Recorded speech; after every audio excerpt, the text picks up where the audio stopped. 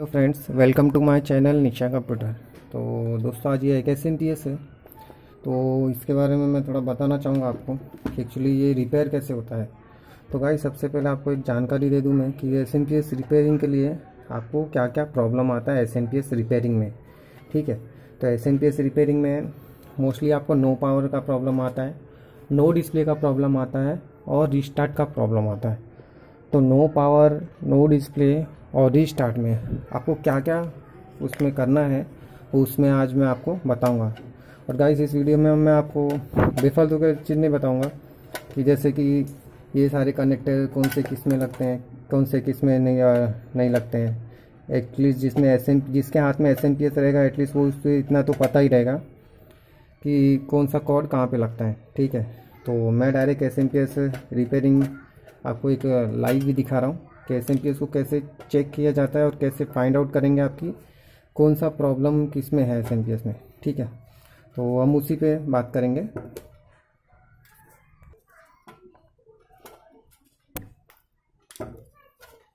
तो गाइस, ये अभी मैंने SMPS खोल दिया है। ये ओके SMPS है। ओके SMPS में मैं आपको लाइव करके दिखाऊंगा। ठीक है गाइस, तो सबसे पहले आपको करना क्या है, SMPS अगर आपको रिपेयर करना है तो सबसे पहले इसमें आपको इसके कॉर्ड के बारे में मालूम होना चाहिए। ठीक है, इसके ये सारे कलर होते हैं कि इसमें कितना वोल्टेजेस आने चाहिए, यह आपको पता होने चाहिए, फाइंड आउट होना चाहिए।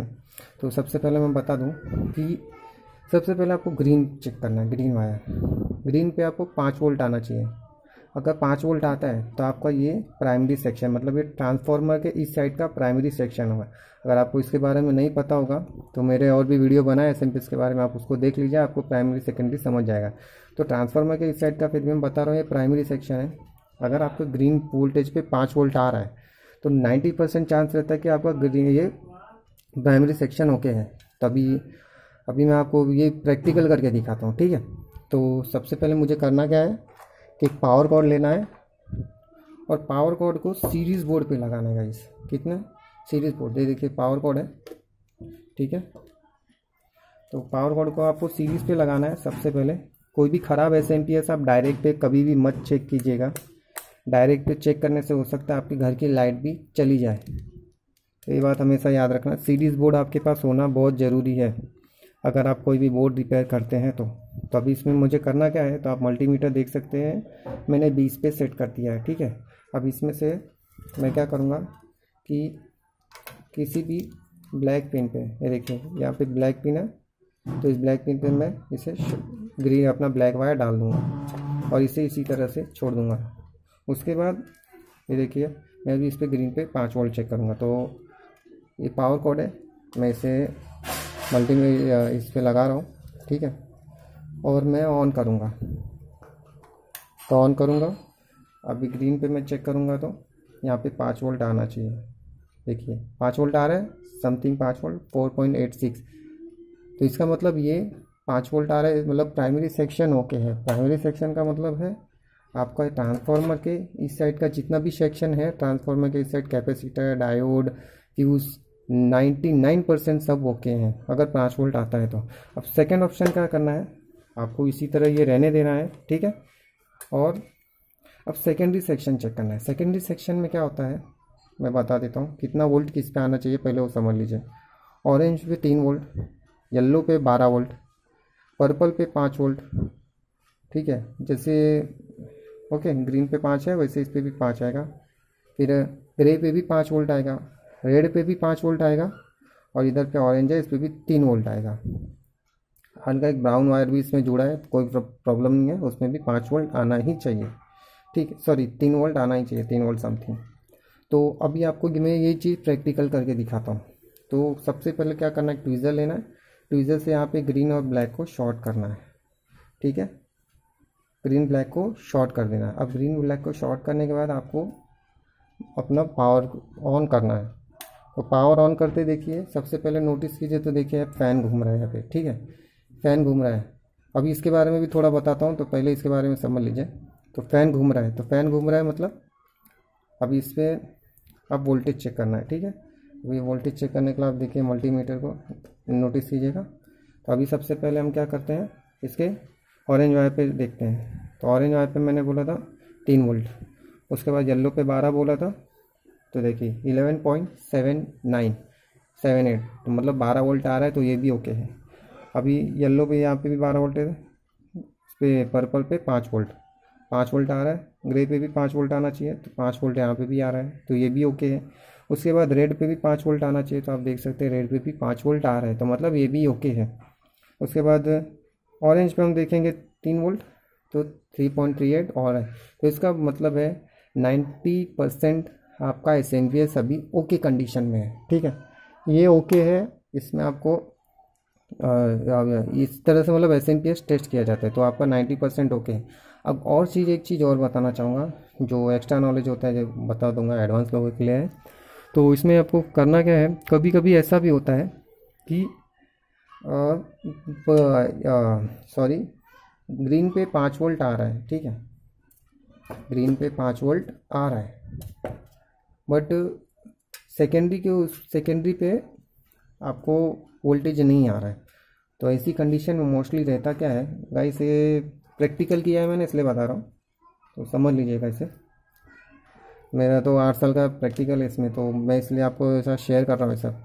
कभी कभी कैसा होता है, यहाँ पे ना IC लगी रहेगी, ठीक है, इस तरह यहाँ पे कहीं तो IC लगी रहेगी। अगर इस पे 5 आ रहा है यहाँ पे प्राइमरी में, और यहाँ पे सेकेंड है, तो IC आप चेंज कर देंगे तो आपको सेकेंडरी में भी वोल्टेज आने लगेगा। ठीक है, मतलब SMPS आपका ओके हो जाएगा।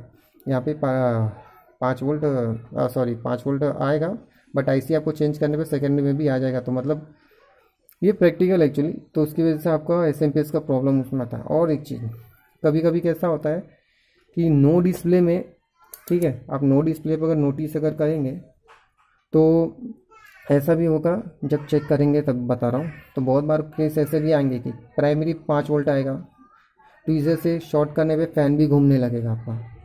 फिर फ़ैन घूमने लगेगा तो आप यहाँ पे ना वोल्टेज सब पे चेक करेंगे तो सब पे वोल्टेज आएगा, बट ग्रे पे आपको 5 वोल्ट नहीं मिलेगा। तो ग्रे पे 5 वोल्ट बनाने के लिए मैं अलग से एक वीडियो डालूँगा, ग्रे पे कैसे 5 वोल्ट अलग से बना के डाला जाता है, एक सर्किट है, तो मैं उसके ऊपर एक वीडियो ज़रूर बनाऊँगा, वो आप लोग देख लेना। और वो एक्चुअली एक अलग से सर्किट लिया जाता है, बनाना पड़ता है उसके लिए, रजिस्टर कैपेसिटर वगैरह लेके, तो वो कैसे करना है मैं आपको सिखा दूंगा। ठीक है, तो ये ग्रे पे 5 वोल्ट नहीं आने की वजह से भी नो डिस्प्ले की कंडीशन होता है। और बहुत बार कैसा होता है, सब पे वोल्टेज भी आ रहा है बट फ़ैन आपका नहीं घूम रहा है। तो ऐसी कंडीशन में नो डिस्प्ले में, या कभी कभी डिस्प्ले भी आता है, तो ऐसी कंडीशन में आपको क्या करना है कि सब पे वोल्टेज आ रहा है बट फिर भी फ़ैन आपका नहीं घूम रहा है। तो ऐसे कंडीशन में आपको फ़ैन को निकालना है। उससे अगर नोटिस करेंगे तो फ़ैन आपका इस तरह से ढीला होना चाहिए, बट वो एकदम टाइट होगा। तो टाइट होने की वजह से उससे करना क्या है कि मैंने फ़ैन क्लीन, मतलब फ़ैन रिपेयर के ऊपर भी मैंने वीडियो बना के डाला है, आप एक बार उसे देख लीजिएगा, आपको बराबर से समझ जाएगा कि फ़ैन कैसे रिपेयर कर जाता है। तो इसको खोल के उसमें WD-40 वगैरह डाल के उसे कैसे प्रॉपर किया जाता है, उसके बारे में मैंने बता के रखा है उसमें वीडियो में प्रॉपर। उसके बाद आपको क्या क्या करना है कि बहुत बार ऐसा भी होता है कि SMPS में वोल्टेज सब ओके है, ठीक है, इस पर वोल्टेज है, इस पर भी वोल्टेज, और फ़ैन भी घूम रहा है।